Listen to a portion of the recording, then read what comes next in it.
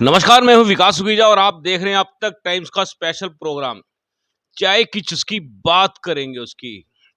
दोस्तों, आज हम आपकी मुलाकात कराने जा रहे हैं एक ऐसे कद्दावर नेता से जिसने 25 साल एक पार्टी में सेवा की और जम के सेवा की, समाज सेवा की, आंख बंद करके समाज की सेवा की और इस दौरान काफी तकलीफों को भी सहा। लेकिन आपको बता दें, पिछले काफी लंबे समय से जिस तरह से हरियाणा की राजनीति में बड़ा बदलाव हुआ, उसी बदलाव के चलते इस कद्दावर नेता ने आखिरकार पार्टी बदल डाली। एक बड़ी सोच थी कि बड़ी पार्टी में काम करेंगे और आपको मालूम ही है, देश में एक पार्टी तो फुल बड़ी पार्टी है जिसका नाम है भारतीय जनता पार्टी और दूसरी पार्टी है कांग्रेस। दोस्तों, बात कांग्रेस की करें तो इस समय कांग्रेस का ग्राफ बेहद डाउनफॉल है। लेकिन समय कब बदल जाए और क्या हो जाए, इसके बारे में कहना मुश्किल है। सीधी बात करना चाहेंगे। आज मैं आपको जिनसे मिलवाने वाला हूं उनका नाम है ओम प्रकाश सलूजा। थोड़ी सी जानकारी मैं दे देता हूं। ओम प्रकाश सलूजा जी इनेलो में पिछले 25 साल से सेवा कर रहे थे और जिला अध्यक्ष की जिम्मेदारी उनके पास रही। लेकिन अचानक पिछले दिनों उन्होंने इनेलो को छोड़ दिया और कांग्रेस का दामन थाम लिया और वो भी कांग्रेस की प्रदेशाध्यक्ष कुमारी शैलजा जी ने उनको कांग्रेस पार्टी की सदस्यता ग्रहण कराई। सीधी बात करते हैं सलूजा साहब, आपका अब तक टाइम्स के स्पेशल प्रोग्राम चाय की चुस्की बात करेंगे, इसमें बहुत बहुत स्वागत है। बहुत बहुत धन्यवाद विकास जी, और आपके जो व्यूवर्स हैं उनको भी बहुत बहुत शुभकामनाएं। बिल्कुल दोस्तों, ओम प्रकाश जी का स्वभाव मैं आपको बता देता हूं, बेहद ही सरल स्वभाव के व्यक्ति हैं और मेरा बचपन से मिलना है आपके साथ, क्योंकि हमारे परिवार एक साथ हम लोग रहे हैं।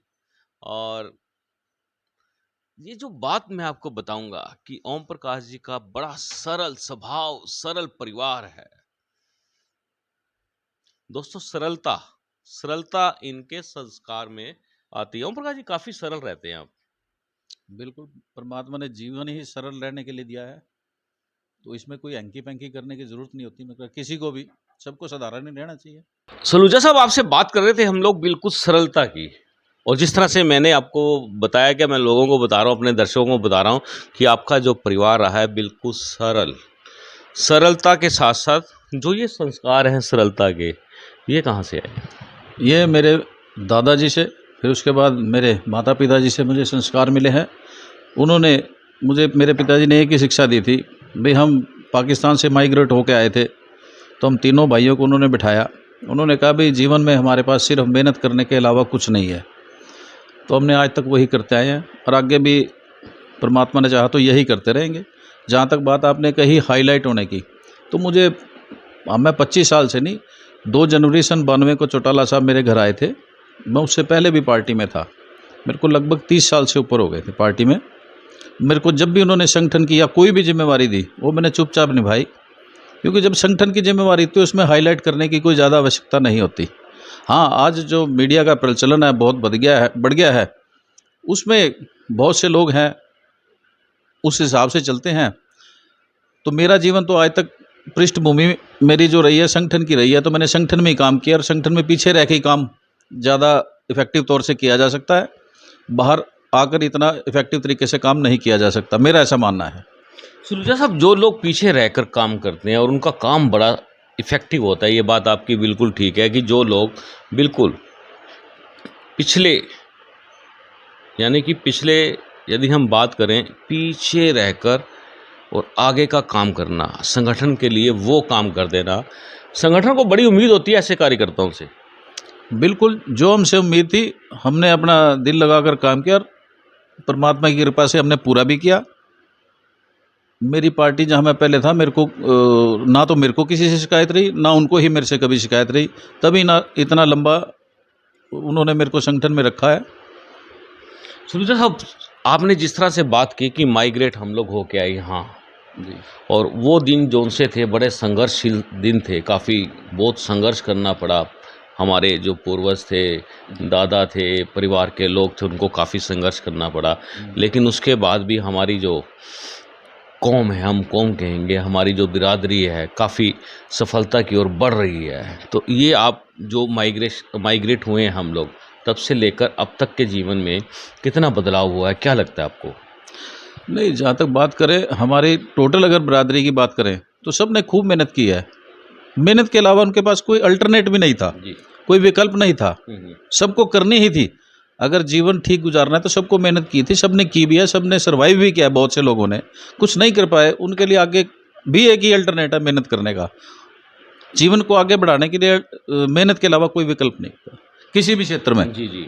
सलूजा साहब, मेरा जो सवाल है कि आपने इतना लंबा समय इनेलो को दिया, इंडियन नेशनल लोकदल को दिया, पूरा समय दिया, और आखिरकार अब यानी 30 साल जिस तरह से आप बता रहे हैं, 30 साल के बाद आपने राजनीतिक दल चेंज किया है, बदलाव की ओर आप बढ़े हैं, तो इसका कारण जान सकते हैं भी आखिर ऐसा क्या कारण हुआ कि आपने बिल्कुल बदलना उचित समझा?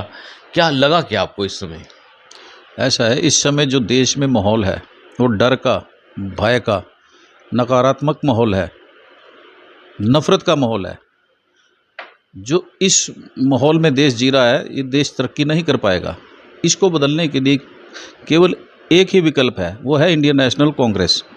जो उनके नेता हैं सोनिया गांधी जी, उनके मार्गदर्शन में आगे राहुल जी और प्रियंका जी जो काम कर रहे हैं, वो प्यार की बात करते हैं, सद्भाव की बात करते हैं, विकास की बात करते हैं, भाईचारे की बात करते हैं।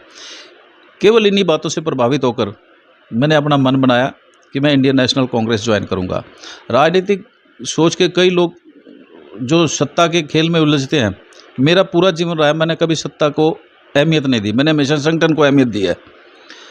और मैंने अब भी मेरा यही था कि देश जो सबसे पहले है, समाज का भाईचारा रहना चाहिए, प्यार रहना चाहिए। इसी से ही कोई देश या कोई कौम या कोई मोहल्ला या कोई शहर तरक्की करता है।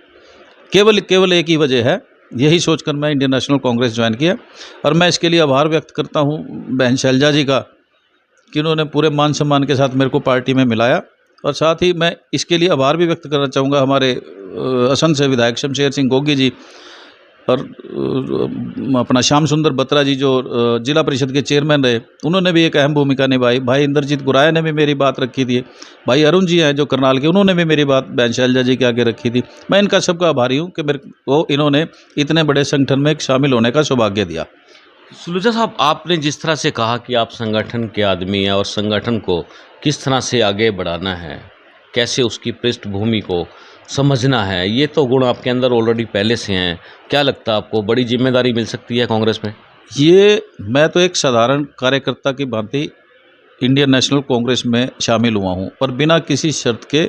मेरा केवल एक ही है, भी सेवा करनी है पार्टी की। जैसे पहले मैं भी, अब मेरे बारे में सब जानते हैं, मैंने सिर्फ सेवा की है, यहाँ भी सेवा करूँगा, किसी चीज़ की कोई लालसा नहीं है। जो ड्यूटी नेता लोग मेरी लगाएंगे, सभी कांग्रेस जन लगाएंगे, मैं उनके साथ, चाहे मेरी ड्यूटी गली के बूथ में लगाएं, चाहे वो कहीं भी लगाएंगे, मैं उनके साथ खड़ा पाऊंगा। बिल्कुल दोस्तों, आपको बता दें ये ओम प्रकाश सलूजा जी है, इनको जहाँ खड़ा कर दिया ये वहीं खड़े हो जाएंगे, स्तंभ की तरह, मजबूत स्तंभ की तरह टिक जाते हैं। ये शहर जानता है पूरा, कोई विरला बंदा होगा जो उनसा नहीं जानता होगा। तो दोस्तों, अब बात एकदम से पॉलिटिकल छिड़ गई और वो पॉलिटिकल छिड़ना चाहिए था बाद में, छिड़ गई पहले। लेकिन अब बात करते हैं सलूजा साहब के जीवन की। आपको बता दें, सलूजा साहब फुटबॉल के प्लेयर रहे हैं और इनको गोल अच्छे से मारना आता है। जान लेते हैं सलूजा साहब, आपका जीवन, ये बचपन कैसे धीरे धीरे आगे बढ़ा, कहाँ तक शिक्षा ग्रहण की, कॉलेज में भी चुनाव आप लड़ चुके हो प्रेसिडेंट का, और एक वोट से हार चुके हो, अटल जी भी एक वोट से हार गए थे। क्या कहना चाहेंगे आप? ऐसा है, मैं गवर्नमेंट कॉलेज से बीकॉम किया हुआ है, और मैं अपना बीकॉम फाइनल में जब था तो मुझे एक सौभाग्य प्राप्त हुआ सीआर बनने का। मेरे को सारी क्लास ने सहमति से सीआर अनअपोज बनाया। उसके बाद सभी जो साथी थे मेरे, उन्होंने कहा भी आप प्रेसिडेंट का चुनाव लड़ो। मैंने उनको कहा भी मैं तो बहुत साधारण घर का हूँ, मेरे पास कोई पैसा नहीं है। तो उन्होंने खुद कहा भी हम मदद करेंगे। चलो, उन्होंने सब ने खूब मदद की, लेकिन उस समय मैं केवल 1 वोट से हार गया। लेकिन मेरे साथियों ने, मेरे दोस्तों ने, मेरे मित्रों ने, मेरे प्रोफेसर्स ने भी मेरी बहुत मदद की, क्योंकि हमारे पास कोई पैसे का काम तो था नहीं, गरीब घर से थे बिल्कुल। तो खूब वो भी एक एक्सपीरियंस था लाइफ का। हारे किससे फिर आप? हारे भी किससे, वो राजनीतिक परिवार था जिससे मैं हारा। आज वो बीजेपी के जिलाध्यक्ष हैं, मेरे भाई हैं, मेरे मित्र भी हैं, योगेंद्र राणा जी, उनसे मैं 1 वोट से चुनाव हारा था। बिल्कुल दोस्तों, आपको बता दें, भाजपा के जो जिलाध्यक्ष है योगेंद्र राणा जी, उनसे 1 वोट से हार गए। अगर कहीं ना कहीं बेईमानी थोड़ी बहुत ऊपर नीचे दाएं बाएं कर दी जाती वोटों की, आप जीत सकते थे, मुझे लगता है। ऐसा है, जो एक एक्सपीरियंस मिला, मैं जीता तो नहीं, मैं सीखा बड़ा कुछ उस चुनाव से, और उसको मैंने अपने जीवन में इम्प्लीमेंट भी किया है। सुलझा साहब, चुनाव हारने से आदमी बहुत सीखता है, और जो जीत जाते हैं उनका क्या होता है? उनका कैसे कोई सिस्टम बिगड़ जाता है? क्या होता है कुर्सी मिलने के बाद? देखिए, मेरे पास अभी कभी कुर्सी कोई आई नहीं, मैं इसलिए नहीं बताया, लेकिन मैं, हाँ, जब भी कोई मेरे को चुनौती मिलती है मैं उससे सीखता जरूर हूँ, चाहे किसी भी संदर्भ में, और आगे भी सीखता रहूँगा।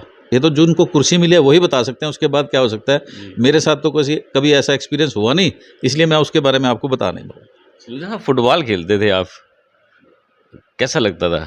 बहुत बढ़िया लगता था जी, खूब खेलते थे। जब होते थे 2-2 घंटे स्टेडियम में, 3-3 घंटे खेला करते थे। कौन सी साइड पे खेले? Right, left, front? हर जगह, हर, मेरा जीवन का, मैं स्टॉपर भी खेला हूँ, मैं मिड पे भी खेला हूँ, और मैं फॉरवर्ड भी खेला हूँ। मतलब सर्वगम संपन्न। मैं ये तो नहीं कह सकता, मेरा शौक था, फुटबॉल मेरा शौक था। स्टेट खेले हैं आप? हाँ, स्टेट खेला हूँ। तो कुछ उस मेडल तो? हाँ, मेडल है, पुरानी यादें हैं, पड़ी हैं कुछ। पुरानी यादें हैं। तो अब मौका मिलता है कभी खेलने का, कभी कोई दाव पेच लग जाए? अब नहीं, क्योंकि अब तो हम खुद फुटबॉल हो गए हैं। दोस्तों, अब हम खुद ही फुटबॉल हो गए हैं, फुटबॉल के प्लेयर हैं। आपको मैं बताता हूँ, फुटबॉल के प्लेयर्स करनाल के बड़े जाने माने रहे हैं, और करनाल की टीम जो फुटबॉल की रही है सलूजा साहब, उम्दा खिलाड़ी रहे हैं। जैसे यदि हम बात करें, डॉक्टर रमन की बात करें, कृष्ण भाई साहब की बात करें, राधेश्याम भाटिया की बात करें, और एक नाम जो है वो भी बड़ा फास्ट फुटबॉलर जिसका नाम है दीवान, जो इलेक्ट्रिसिटी बोर्ड में हैं, बड़े गजब के फुटबॉलर हैं। और भी काफ़ी। और दोस्तों बता दूं, मैं खुद फुटबॉल खेला हूं, मैंने खुद भी स्टेट फुटबॉल खेला है, और मेरे कोच साहब, रिक्की कोच साहब से मैंने उनसे प्रशिक्षण लिया है, मुकेश रिक्की जी से। और दोस्तों कहते हैं कि शिक्षक जो होता है वो अपने विद्यार्थी की कला को समझ लेता है और उसको उसी ओर ढालता है। तो सलूजा साहब, मुझे गोलकीपर का उन्होंने बड़ा ट्रेनिंग दिया, और गोलकीपर के साथ साथ वो जो किक मारनी होती है ना दूसरे राउंड के अंदर, वो बड़ा ज़बरदस्त मुझे सिखाया उन्होंने। क्या लगता है आपको? ऐसे मुकेश रिक्की जी अच्छे कोच थे, बाद में वो DSO रिटायर हुए जी। तो मुझे भी सौभाग्य मिला उनके साथ खेलने का, उनके साथ रहने का। और जो आपने नाम लिए हैं, बहुत से और नाम थे, नरसिंह जी थे, जैसे पुराने, बिल्कुल नरसिंह जी थे, कृष्ण जी थे, अपना दीपा जी थे सदर से, दीपा जी थे, श्याम जी थे सदर से, श्याम जी थे, यस, सूरज बैल जी थे, ये इनके सब के साथ। सूरज बैल जी भी खेलते रहे फुटबॉल? हाँ, खेलते रहे सब, बहुत बड़ी टीम हुआ करती तब। अरुणेश चौधरी होते थे, जो दीवान राधेश्याम जी से सीखे ड्रिबल करना, डबल ड्रिबल। तो केवल उस समय हरियाणा में, क्योंकि हम तो हरियाणा में तक ही रहे, हमें पूरे इंडिया का मालूम नहीं था, तो राधेश्याम जी डबल ड्रिबल करते थे जी। तो उसको बाद में दीवान जी ने किया, और कोई कर ही नहीं पाया। ये बात तो बिल्कुल फैक्ट है। ये 2 प्लेयर जो उनसे थे, राधेश्याम भाटिया और दीवान जी, ये दोनों बड़े उम्दा यानी कि उम्दा खिलाड़ी थे। तो बड़ा दोस्तों, आप कभी इन दोनों को ग्राउंड में अगर आज भी देख लेंगे, भाटिया जी तो काफ़ी ओल्ड एज हो चुके हैं, लेकिन आपको बता दें उनके अंदर जो जज्बा है ना आज भी, तो वो जैसे रामलीला के अंदर के उसके रामकला मंच के डायरेक्टर रहे हैं। तो ये चीज़ें जो दोस्तों हैं, ये जीवन की सत्य घटनाएं हैं, जो मैं आज आपको ओम प्रकाश सलूजा जी से रूबरू करवा रहा हूँ। सलूजा साहब, राजनीति में कैसे प्रवेश हुआ? पहले तो मैं रामकला मंच की कहना चाहूँगा, 1 मिनट बाद। अच्छा। जिस रामकला मंच में वो मंचन किया करते थे, बहुत सारे रोल्स उन्होंने निभाए। मैं उस सभा का वाइस प्रेसिडेंट भी रहा हूँ जी। 92 के बाद फिर मैंने सभा छोड़ दी थी, तो 92 तक हमारा खूब अच्छा एसोसिएशन रहा सबके साथ ही। अब आप राजनीति पे जो पूछना चाहे जी क्या? चलिए मैं भी रामकला मंच का बता देता हूँ। वाइस प्रेसिडेंट रहे हैं और अपन लोग रहे हैं विकास भीजा जी, श्री राम कला मंच के वाइस डायरेक्टर। दोस्तों वो तीर आते हैं ना, ऐसे ऐसे आते हैं, ऐसे जाते हैं, उसकी प्रस्तुति करने वाला ये टेक्निकल काम हमने शुरू किया था श्री राम कला मंच के माध्यम से। सलूजा साहब आपको बताता हूँ, आप कहेंगे वाकई में मज़ेदार बड़ी बात बताई है, संस्कार की बात बताई है। दोस्तों हमने अपने कला मंच का, अपने श्री राम कला मंच का एक बात से विरोध किया, यदि मंच पर डांस कराया गया, लड़की को बुलाया गया, तो हम मंच छोड़ देंगे। ये दोस्तों हमने ये काम कर दिया। रामलीला के दिनों में पुरानी बातें हैं, यादा करा रहा हूँ आपको, ये खुद भी याद कर रहे हैं, स्मरण हो रहा है कि मैंने खुद कहा था, क्योंकि उस समय मेरे पास बजरंग दल की जिम्मेदारी थी, और मैंने कहा था कि यदि राम कला मंच के मंच पर लड़की नृत्य कराया गया तो हम उस मंच को छोड़ देंगे। और ऐसा ही हुआ, उन्होंने कराया और हमने छोड़ दिया, और उसके बाद से सक्सेस रामलीला हो नहीं पाई। चलिए सलूजा साहब, राजनीति में प्रवेश कैसे कर लिया आपने? ऐसा है, मैं डीएवी कॉलेज में जब पढ़ता था तो उस समय में ओपी राणा जी होते थे लाइब्रेरियन हमारे कॉलेज के, तो उनसे मेरा बड़ा अच्छा मिलना था, क्योंकि लाइब्रेरी बुक्स वहाँ पढ़ते थे बैठ के, मुझे पढ़ने का भी बड़ा शौक रहा है। तो गरीब घर से थे, बुक्स होती नहीं थी, तो लाइब्रेरी में बुक्स मिलती थी, 1 घंटा 1.5 घंटा जितना फ्री मिलता तो पढ़ लेते थे। तो उनसे अच्छा संपर्क हुआ। उन्होंने जब 87 में स्वर्गीय ताऊ देवीलाल जी की सरकार आई, तब उनको एमसी का चुनाव लड़वाया गया, ओपी राणा जी को। तो हम सब स्टूडेंट उनके साथ थे। बस तब से लाठर साहब के आना जाना हुआ, तो बस पार्टी में वहीं मिले, तो उसके बाद वहीं के ही होकर रह गए थे। तब ऐसे शुरुआत हुई। सलूजा साहब बड़े बचपन से ही आप राजनीति के अंदर, यानी कि जो आपका कहें तो जैसे ही आपने जवानी में कदम रखा और राजनीति में प्रवेश हो गया। जी जी, यही रहा है ना? बिल्कुल जी, राज बिल्कुल। क्या समझा क्या फिर आपने पूरा इतना लंबा समय राजनीति को दिया, उसमें समझा क्या है, क्या कहना चाहेंगे इस बारे? देखो समझा क्या है, अब मैं उसके बारे में तो स्थिर नहीं, लेकिन एक बार भी जहाँ आदमी रहता है, जिस भी दल में कोई भी कार्यकर्ता या कोई भी आदमी, कोई भी नेता रहता है, तो उसको उसमें समर्पण के भाव से ही काम करना चाहिए। बस मैं तो केवल इतना कहूँगा, समर्पण दे देना चाहिए। बिल्कुल समर्पण देना चाहिए। बाकी सब नेताओं पे या जो ऊपर के लोग हैं उन पे छोड़ देना चाहिए, भाई वो आपके बारे में क्या सोचते हैं उनको ही करने देना चाहिए। एक सवाल थोड़ा टिपिकल सा आ रहा है मेरे मन में, आपसे जानना चाहता हूँ, क्योंकि मेरे दर्शक कहेंगे जब पूछा ही नहीं है तो फिर चाय की चुस्की किस बात की हुई।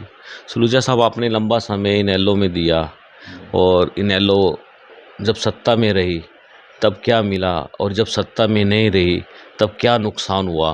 क्योंकि मुझे कुछ ऐसी घटनाएं मालूम हैं आपके साथ, काफ़ी कुछ हुआ, और लेकिन आपने उसको अपने जहन के अंदर रखा है, उसको कभी बाहर निकालने की कोशिश नहीं की है। मैं थोड़ा सा आपके दिल को छूना चाह रहा था इस प्रश्न के माध्यम से, क्योंकि मुझसे भी आपने एक बार डिस्कस किया था, तो ये मैं चाहूँगा एक बार आप बताएं, क्योंकि आप राजनीति में प्रवेश कर चुके हैं और सक्रिय भूमिका निभाने वाले हैं। ऐसा है, मुझे राजनीति में देखो 2 चीज़ें होती है राजनीतिक दल में। एक तो राजनीतिक सत्ता जब प्राप्त होती है वो होती है, एक मैं इसको मानता हूँ संगठन की भी सत्ता होती है। ठीक है, मुझे राजनीतिक सत्ता की तो कभी प्राप्ति हुई नहीं, लेकिन संगठन की सत्ता में मैं सदा ही रहा हूँ, और जो रहा हूँ, जब भी रहा हूँ, तो मैंने समर्पण से काम किया है। मैं तो फिर भी यही कहूँगा आपके माध्यम से सभी जो राजनीतिक कार्यकर्ता हैं, साथी हैं या नेता हैं, भाई जहाँ हो समर्पण के भाव से रहो, जिस दल के लिए काम कर रहे हो सभी दल अच्छे हैं। लेकिन नुकसान की बात करें तो नुकसान काफ़ी हुआ, आपको काफ़ी झेला आपने है। ऐसा मैंने कहा ना भाई, मैं जीवन में या तो जीता या सीखता हूँ, और मैं कोई अगर मेरे को मिला है ऐसा एक्सपीरियंस तो मैं उसको बोलना चाहता हूँ। नई शुरुआत अब मैंने किया है तो मैं नए सिरे से ही आगे चलना चाहता हूँ, मैं पिछली बातों को छोड़ना चाहता हूँ। बिल्कुल दोस्तों, ये भी बहुत बड़ा मैसेज है, यदि जीवन में कुछ पीछे हो गया, अगर उसको आप अपने साथ लगा के रखेंगे ना तो आगे नहीं बढ़ पाएंगे। ये बहुत ज़बरदस्त बात जो सलूजा साहब ने कही है। जीवन में आगे बढ़ने का जो मूल सिद्धांत है, पिछली बातों को तुरंत छोड़ें और आगे बढ़ें। जो आगे बढ़ेगा वो आगे रहेगा। सलूजा साहब, अब कांग्रेस में आप आगे रहकर राजनीति करना चाहते हैं या संगठन में रहकर पीछे का जो मोर्चा होता है वो संभालना चाहते हैं? ऐसे मैंने कहा ना, मैं बिना किसी शर्त के इंडियन नेशनल कांग्रेस ज्वाइन की है। ये नेताओं को तय करना है कि वो मेरे से क्या काम लेना चाहते हैं, जो मेरा एक्सपीरियंस है, या उसके अलावा मैंने कहा ना, मैं चाहे मेरे को गली में खड़ा कर देंगे, भैया आपने मेंबर बनाने हैं या इनके साथ रहना है, या किसी मोहल्ले में या किसी शहर में, जो भी मेरी ड्यूटी वो लगाएंगे, कहीं भी लगाएंगे, मैं उनको वहाँ खड़ा पाऊंगा। ये मैं अपनी तरफ से अश्योर करता हूँ। सलूजा साहब, आपने जो कांग्रेस ज्वाइन की है, और जो मेरे पास इंफॉर्मेशन है, कांग्रेस काफ़ी लंबे समय से करनाल विधानसभा से एक पंजाबी कद्दावर नेता की खोज में थी, ढूंढ रहे थे कि कोई अच्छा उम्दा नेता मिले उन्हें पंजाबी बिरादरी से, कि कांग्रेस का जो मंथन चल रहा है, चिंतन चल रहा है इस विधानसभा को लेकर, क्योंकि मुख्यमंत्री खुद इस विधानसभा से हैं, वो भी पंजाबी समुदाय से हैं, आप भी पंजाबी समुदाय से हैं, और भी कई पंजाबी आने वाले हैं। तो आपको क्या लगता है कि जिस तरह से आपने थोड़ी सी कोशिश की और कांग्रेस ने आपको लपक लिया हो, ऐसा कुछ लगता है आपको? नहीं, ऐसा नहीं। कांग्रेस एक बहुत बड़ी और बहुत पुरानी पार्टी है, बहुत अच्छी पार्टी है, जिसका अपना एक इतिहास है। ऐसा नहीं, बहुत कांग्रेस में 36 बिरादरी के लोग हैं। केवल इसमें पंजाबी या किसी एक वर्ग की बात करना तो किसी को छोटा करना होता है। कांग्रेस बहुत बड़ी पार्टी है। कांग्रेस ने नहीं, मैंने कांग्रेस को, मैं बहन शैलजा जी से दिल्ली में मिला, उनसे मैंने प्रार्थना की भाई, क्योंकि जो मैंने संगठन में काम किया, मुझे पता है भी स्ट्रक्चर जो पार्टी का होता है वो प्रदेश अध्यक्ष से चलता है। या तो जब सत्ता होती है तो मुख्यमंत्री होता है, जब नहीं होता तो प्रदेश अध्यक्ष सब कुछ होता है। तो मैंने उनसे मिला, उनसे प्रार्थना की भी मैं आपके मार्गदर्शन में ज्वाइन करना चाहता हूँ और अनकंडीशनल ज्वाइन करना चाहता हूँ। ऐसा नहीं कि उन्होंने मुझे, मैं खुद गया हूँ उनके पास, उनसे प्रार्थना की है, तो उन्होंने मेरी प्रार्थना स्वीकार की है, जिसके लिए मैं उनका आभार व्यक्त करता हूँ। सुनीता साहब, मौका मिला तो करनाल से चुनाव लड़ने का, विधायक का, तो तैयारी है अपनी? देखिए, मैं कैसे, मैं संगठन का आदमी रहा हूँ, मतलब मेरे बारे में सभी जानते भी हैं। मैंने कहा मैं बिना किसी कंडीशन के पार्टी में शामिल हुआ हूँ। चलिए, मान लो अगर हमने आपको टिकट दे दिया कांग्रेस का कि आपने करनाल से विधानसभा चुनाव लड़ना है, आपकी रणनीति क्या रहेगी? ऐसे ये इमेजिनेशन क्वेश्चन है, जब कुछ ऐसा होगा तो मैं तब रणनीति भी बताऊंगा आपको।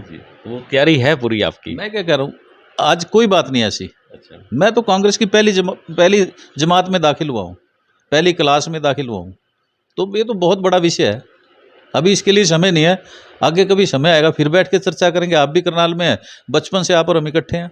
आपकी स्माइल तो कुछ बोल रही है।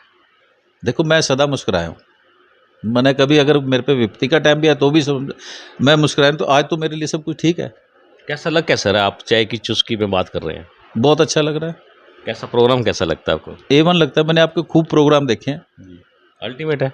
अल्टीमेट। कोई गुंजाइश की कसर है कहीं? देखिए, सुधार की हमेशा हर चीज़ में गुंजाइश रहती है, बेहतरी के लिए ही जीवन है, बेहतरी के लिए रहता है। आप करते रहेंगे काम, आपको सुझाव भी मिलते रहेंगे लोगों से, आपके खुद भी ज्ञान बढ़ता है। आदमी जब, कोई भी आदमी घर से परफेक्ट नहीं निकलता, जब समाज में जाता है, काम करता है, उसको भिन्न भिन्न प्रकार का एक्सपीरियंस मिलता है, और यही जीवन है असली। बस सुनीता साहब, आपसे बात करने का थोड़ा सा मज़ा मुझे भी आ रहा है, क्योंकि देखिए, कांग्रेस को अच्छे से मैं भी जानता हूँ, क्योंकि मेरा प्रोफेशन है पत्रकारिता का, तकरीबन जितने भी संगठन हैं सबको जानता हूँ।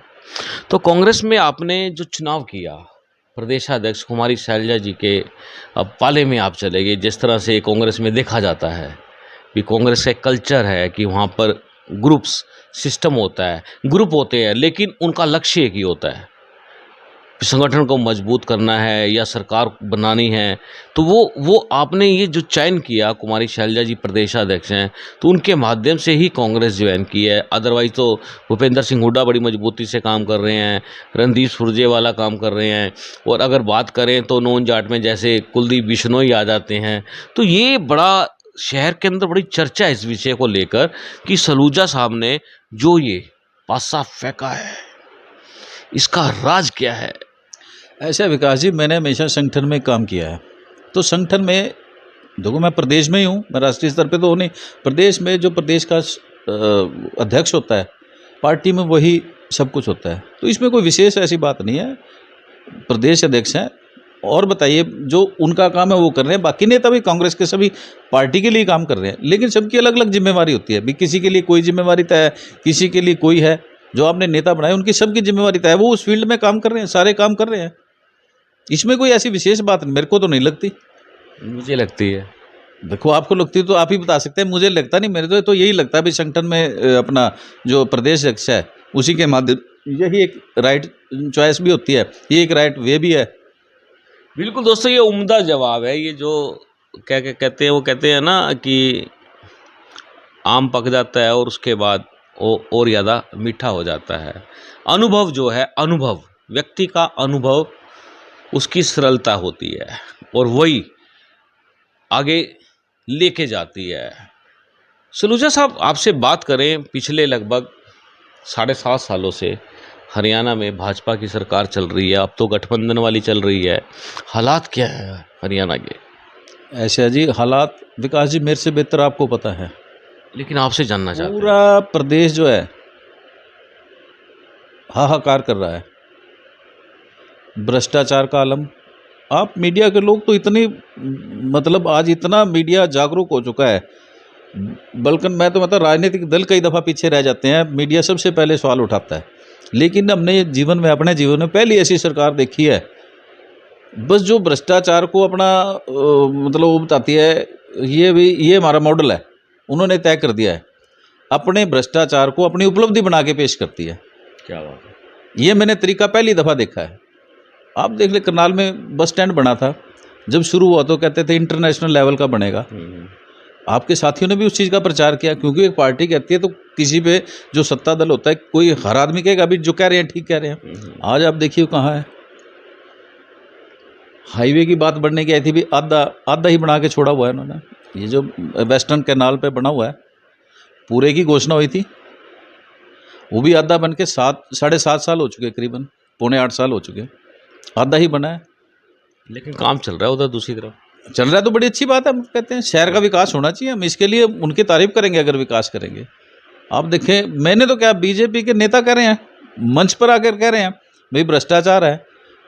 मैंने तो खुद कुछ दिन पहले देखा टीवी पे, जो पार्टी के सीनियर नेता है, जो अच्छे अच्छे पदों पर रहे, वही कह रहे हैं भाई भ्रष्टाचार है, अभी 150 करोड़ रुपए के कैमरे लगे हैं, या कोई इतनी कमीशन ले रहा है। 180 करोड़ के लगे हैं कैमरे। जो मुझे टीवी पे देखा, मुझे नहीं पता अब कितने के लगे हैं, ये तो सरकार जाने या जो ठेकेदार जाने, या जो सत्ता पक्ष के लोग होते हैं उनको पता होता है ज़्यादा।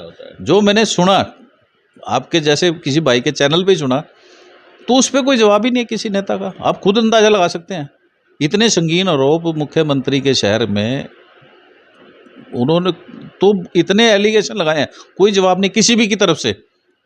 चलो पार्टी मुख्यमंत्री बिजी रहते हैं, ठीक है, उसके अलावा भी बहुत से नेता हैं जो छोटी छोटी बातों में प्रतिक्रिया देते हैं। इतना बड़ा विषय उठा, कोई प्रतिक्रिया ही नहीं। तो राज तो है नहीं, ये बस चल रहा है, लोगों को कोई सुविधा नहीं है। लोगों के ऊपर तो टैक्स थोपे जा रहे हैं, लोगों की आमदनियों में से पैसा निकाला जा रहा है विकास के नाम पे। इतनी महंगाई है, पेट्रोल कहाँ है 105 रुपये, स्टील कहाँ है 8500 रुपये, कहाँ से बढ़ाएगा गरीब आदमी घर।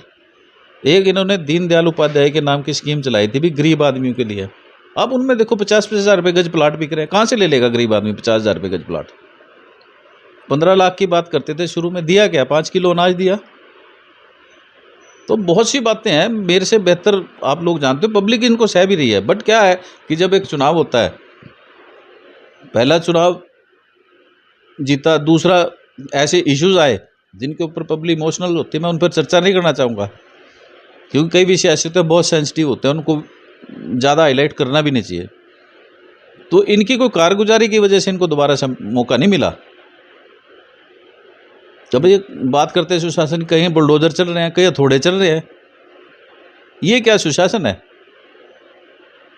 क्या लगता क्या ये हो क्या रहा है? देखिए जी, हमें तो खुद नहीं समझ पा रहे भी ये देश चल कैसे रहा है। देश में डर का माहौल है, भय का माहौल है, नकारात्मक माहौल है। इस समय नकारात्मक ऊर्जा होती है, जैसे आप सोचेंगे वैसे ही तो करेंगे। बस ये लोग सोचते ही नकारात्मक है,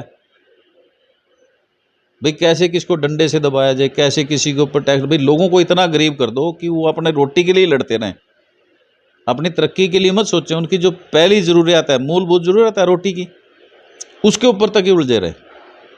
आप लोगों को रोज़गार दीजिए, क्या ज़रूरत है अनाज देने की? ठीक है, जिनको ज़रूरत है उनको दें, बड़ी अच्छी बात है, हम इसका कोई विरोध नहीं करते, लेकिन आप लोगों को रोज़गार भी तो दें। आप देखिए 1 करोड़ 30 लाख की आबादी बताते हैं, उसमें से 80 करोड़ को अगर आप ये दे रहे हैं, इसका मतलब आप मानते हो कि 80 करोड़ लोग तो किसी सूरत में है ही नहीं किसी भी स्टेज पे आने के लिए, वो तरक्की कब करेंगे? वो तो हमारा देश पिछड़ता रह जाएगा। जिस देश के लोग ही भूखे हैं वो तरक्की क्या करेगा? रोज कोई भी सरकार होती है उसको रोजगार पैदा करना, सुरक्षा देना लोगों को, या मूलभूत सड़क जो इंफ्रास्ट्रक्चर है उसकी डेवलपमेंट करना, ये सरकार के काम होते हैं। आपस में लड़ाना नहीं। आप अगर दे रहे हो फ्री, अच्छी बात है, आप शिक्षा का भी फ्री कर दो। शिक्षा एक माध्यम है आदमी को आगे ले जाने का, सशक्त माध्यम है। शिक्षा रोजगार के अवसर भी पैदा करती है, लेकिन आदमी को मेंटली भी, दिमागी रूप से भी मजबूत बनाती है। आप लोगों को शिक्षित भी करने का एक अभियान चलाओ। ये जो आप कह रहे हैं फ्री में दे रही है, फ्री में दे क्या रही है? जनता को मिल तो कुछ नहीं रहा। 5 किलो अनाज दे रहे हैं ना, बताया 80 करोड़ लोग। बहुत है वो इतना। बस मैं भी कर रहा हूँ, बात 15 लाख की करते थे। हाँ जी। दिया 5 किलो अनाज। ये तो पब्लिक को आगे फैसला करना है, पब्लिक को चुनना है किसको। निश्चित रूप से अल्टीमेट फैसला तो पब्लिक का ही होता है। लास्ट में आके मत तो जो है पब्लिक को ही डालना होता है। अब पब्लिक के पास अब देख लिया 8 साल, कंपैरिजन करें। सुनील साहब, मैं अगर बात करूं कि आपके शहर में क्या डेवलपमेंट हुई है, वो सुंदर सुंदर गेट बने हैं, मैंने देखे हैं। एक वो स्मार्ट सड़क बनाई थी, आज भी वो सड़क स्मार्ट बन नहीं पाई है। क्या लग क्या रहा है, कहाँ दिक्कत क्या है? खिजा जी, मेरी इस पे बीजेपी के वरिष्ठ नेता से कभी बात हुई थी। मगर जी आप गेट बना रहे हो, आपने पूरे हरियाणा में बनाए होंगे ये गेट? कहता है आज पूरे हरियाणा में बने हैं।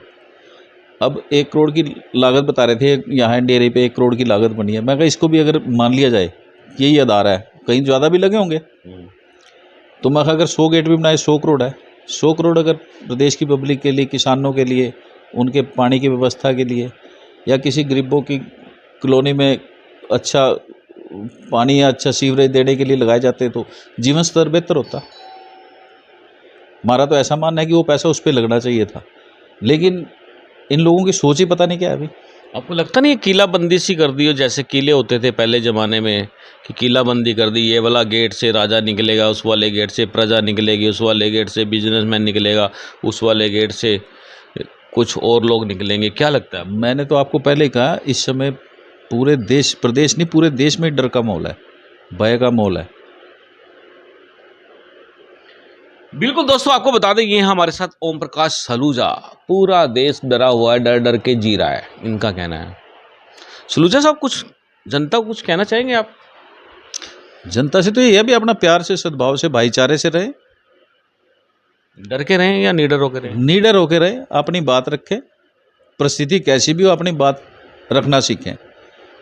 कोई भी सरकार हो, किसी भी दल की सरकार हो, लोगों को अपनी बात कहनी चाहिए और बिना झिझक के कहनी चाहिए। और कांग्रेस के लिए क्या कहना चाहेंगे आप?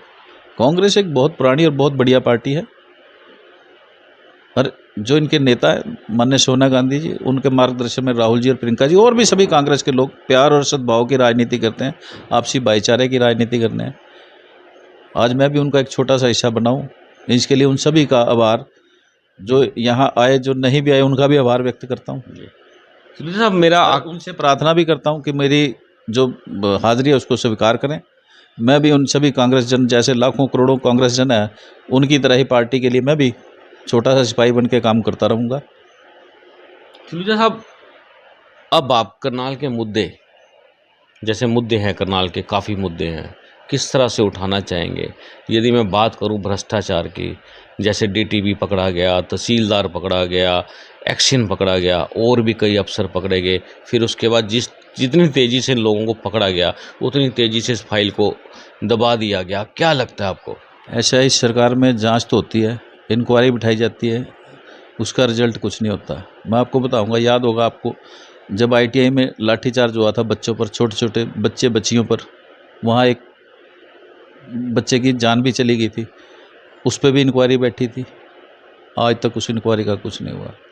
उसके बाद हमारा निगम का एक बिल्डिंग बनी थी, उसका लेंटर तोड़ा गया, बताया गया कि सब स्टैंडर्ड है, भाई अप टू द मार्क नहीं है, तोड़ा गया, उसके ऊपर भी इंक्वायरी बिठाएगी, आज तक कुछ हुआ।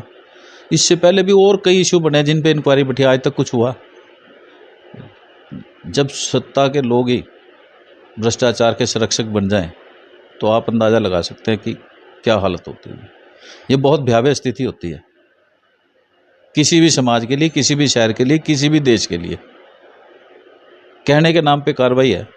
अब आप लोग ही करते हो। देखो, हमें तो पता नहीं भाई, कोई डायरी आई थी, कोई आया था, आज तक कोई संज्ञा नहीं। एक डायरी आई थी, जांच के नाम पे उसको लटकाया जाता है। अभी जांच चल रही है, जांच चल रही है, ठीक है। अब पब्लिक क्या कर सकती है इसमें? पब्लिक कुछ नहीं कर सकती। पब्लिक देख सकती है, अपना ओपिनियन बना सकती है। मैं तो कहता हूँ अल्टीमेटली सोचना तो पब्लिक को ही है। मैं तो कहता हूँ बिना जातिवाद के, बिना किसी अपने शहर के हित के लिए पब्लिक को आप सोचना चाहिए। चाहे वो किसी भी दल में है, चाहे वो किसी भी पार्टी का कार्यकर्ता, उसको भी चाहिए। मान लो कोई सत्ता पक्ष का, उसको भी चाहिए नेता को एहसास करो भी आप ये गलत काम कर रहे हो। कोई मैसेज देना चाहेंगे लोगों को? मैं तो कहता सद्भाव भाईचारा बना के रखें और प्यार से रहें और बिना डर के झिझक के अपने शहर के, अपने हित की बात रखें। बिल्कुल दोस्तों, सलूजा साहब आपने हमसे बात की, बहुत बहुत धन्यवाद। धन्यवाद आपका जी। आपने मेरे को इस लायक समझा कि मैं आपसे बात कर पाऊँ। आपका बहुत बहुत शुक्रिया विकास जी। जी धन्यवाद। बिल्कुल। और दोस्तों, आपको बता दें, जाने से पहले आपको बता दें, सलूजा जी पंजाबी समुदाय से संबंध रखते हैं। और आपको बता दें, इस समय जो राजनीति का गोला घूम रहा है, उसमें हर चीज़ का पैमाना मापा जा रहा है। और जो जो इस पैमाने पे खरा उतरेगा, वो राजनीति के अंदर बहुत बड़ी भूमिका निभाने की तैयारी में है। और दोस्तों, आप जो ये प्रोग्राम देख रहे हैं, चाय की चुस्की, बात करेंगे उसकी, हम चाहेंगे इसको आप ज़्यादा से ज़्यादा लाइक और शेयर करें, अपने कमेंट्स करें। आपको निमंत्रण है मेरी ओर से, यदि आप हमसे मिलना चाहते हैं, हमारे कार्यक्रम में आना चाहते हैं, तो आप हमसे तुरंत संपर्क करें। और जाने से पहले एक मसालेदार खबर आपको दे देते हैं। जी, एक बात कहना चाहते हैं, जी बताएं। मैंने आपके फेसबुक पे पढ़ा था, ये आपका 85वां प्रोग्राम है जी तो ये 13 का अंक बनता है। जी तो मेरा जन्म भी 13 तारीख का ही है। जी, आपको बहुत बधाई है। हाँ, धन्यवाद, बहुत बहुत शुक्रिया। मैं कहा भी अंक के हिसाब से भी बहुत अच्छा शुभ दिन है आज। अच्छा भाई, आपका प्रोग्राम भी 85वां और मेरा जन्म भी 13 तारीख का ही है, 13 मई का है। जी तो मैं कल रात को पढ़ रहा था, भाई आपने लिखा 85वां अंक है। तो मुझे मालूम था आपका जन्मदिन 13 तारीख का है। इसके लिए भी आपका धन्यवाद, आपने ध्यान रखा इस चीज़ का। आपको जन्मदिन की बहुत बहुत एडवांस अब तक टाइम्स परिवार की ओर से बधाई है सलूजा साहब। शुक्रिया शुक्रिया विकास जी। हम चाहेंगे कि आप हर 13 तारीख को अपना जन्मदिन बनाएं, केक काटें, लोगों को बुलाएं, कुछ ना कुछ करें, तो हम भी आना चाहेंगे। ठीक है, ज़रूर मैं इस बात पर ध्यान रखूँ, गौर करूँगा। जी बिल्कुल। दोस्तों, आपको बता दें, और जाने से पहले जो मैं आपको बताने वाला हूँ, करनाल की तड़केदार खबर, आप सुन के हैरान हो जाएंगे।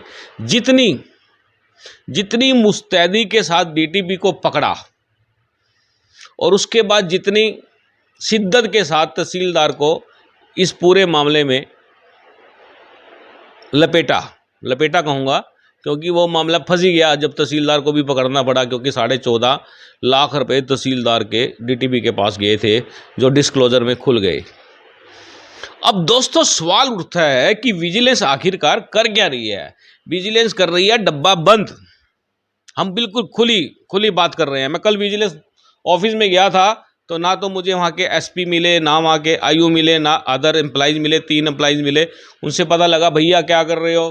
कहते हैं जी हम इसका चलान, डीटीपी वाले मामले का जो चलान है उसको पेश करने की तैयारी कर रहे हैं। अर्थात समझ जाना, ये मामला जल्दी क्लोज होने वाला है। और लेकिन हम इसको अंत तक लेके जाएंगे, हर खबर आपको दिखाएंगे। तीन लोगों को सरकारी गवाह बनाया गया है, और वो क्यों बनाया गया है वो आप समझते हैं, या हम समझते हैं, या फिर विजिलेंस वाले समझते हैं? क्योंकि ये मामला बड़ा गोल है। सरकार अपनी बदनामी से डर रही है, इसलिए चोरों को पकड़ नहीं रही है। हम चाहेंगे दोस्तों, आप हमारे इस प्रोग्राम को देखते रहें, लगातार अपने कमेंट्स करते रहें। आप देख रहे हैं अब तक टाइम्स का स्पेशल प्रोग्राम चाय की चुस्की, बात करेंगे उसकी। नमस्कार, जय हिंद, जय भारत।